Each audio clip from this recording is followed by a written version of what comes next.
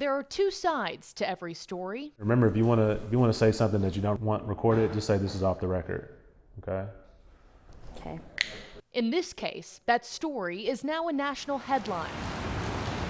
Two Texas teenagers charged with capital murder, one denying culpability, alleging she was being sex trafficked by the other. Family and legal representation for both sides speaking out to News Nation. This is happening in America. This is happening every day. This happened to my child. It can happen to anyone, any class, any race. I wouldn't be going public with this information unless I had this avalanche of Hollywood, Kim Kardashian, Jamie Lee Curtis, jihad, saying that my guy was a sex trafficker. It was the summer of 2019 in Grand Prairie, Texas, when Zephi Trevino and Philip Baldenegro started spending time together. Baldenegro's attorney, David Finn, says the two were high school classmates and dating. It was a boyfriend-girlfriend romantic relationship. 18-year-old guy, 16-year-old girl, they did what kids do. Zephaniah's mother, Crystal, and family attorney, Justin Moore, say they vehemently disagree. We have evidence that shows great abuse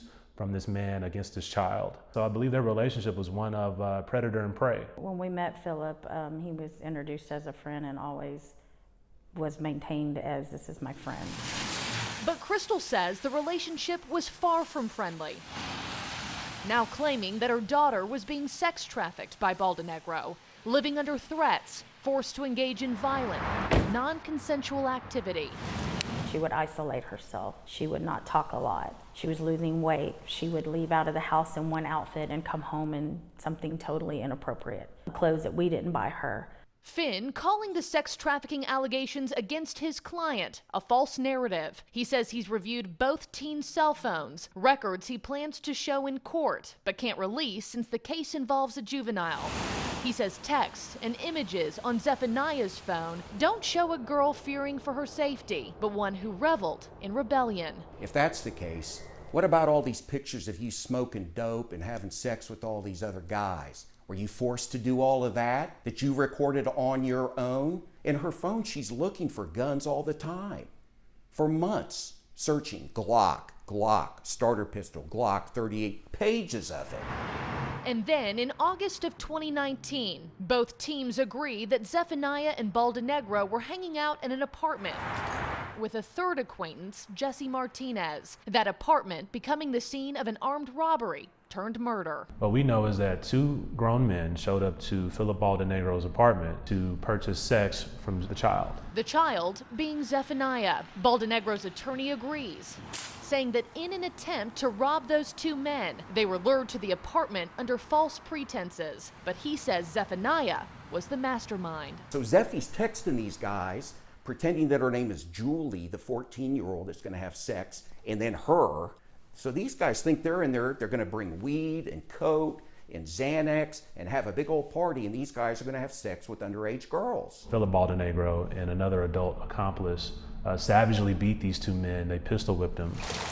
They didn't follow them out into the parking lot. They savagely beat them again. Mr. Baldenegro ended up murdering one of the pedophiles over there to purchase this young child. The 24-year-old shooting victim dead on scene. The second man who showed up suffered only minor injuries.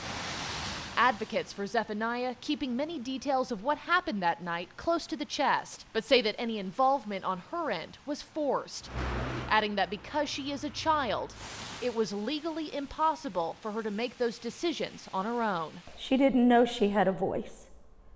She didn't.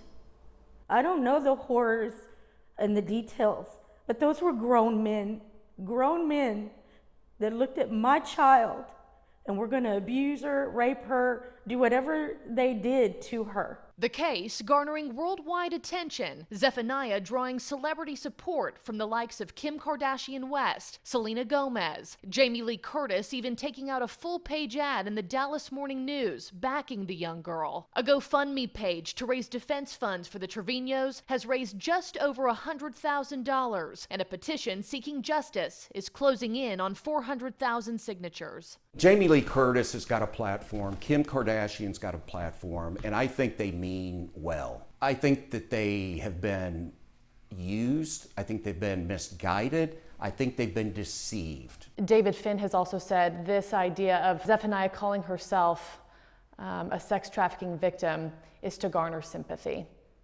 Is there any truth to that from your team?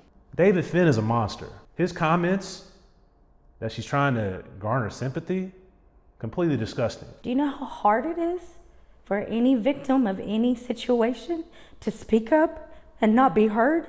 It's hard. It's very hard.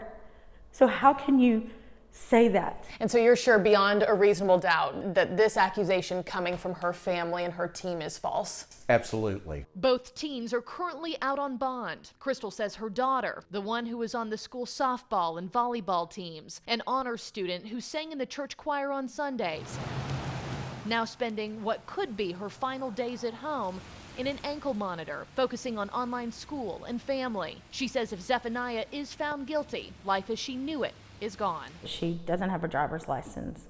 She didn't get to work her first job. She hasn't graduated. She hasn't crossed a stage. She won't get to go to prom. These are life moments that, we all got to take a part of. She won't get that. She won't. And as for Philip Baldenegro, his attorney left us with this. Did my guy make a terrible mistake? Yeah.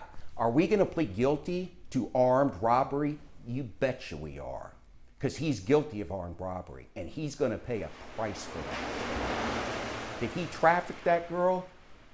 No way in hell.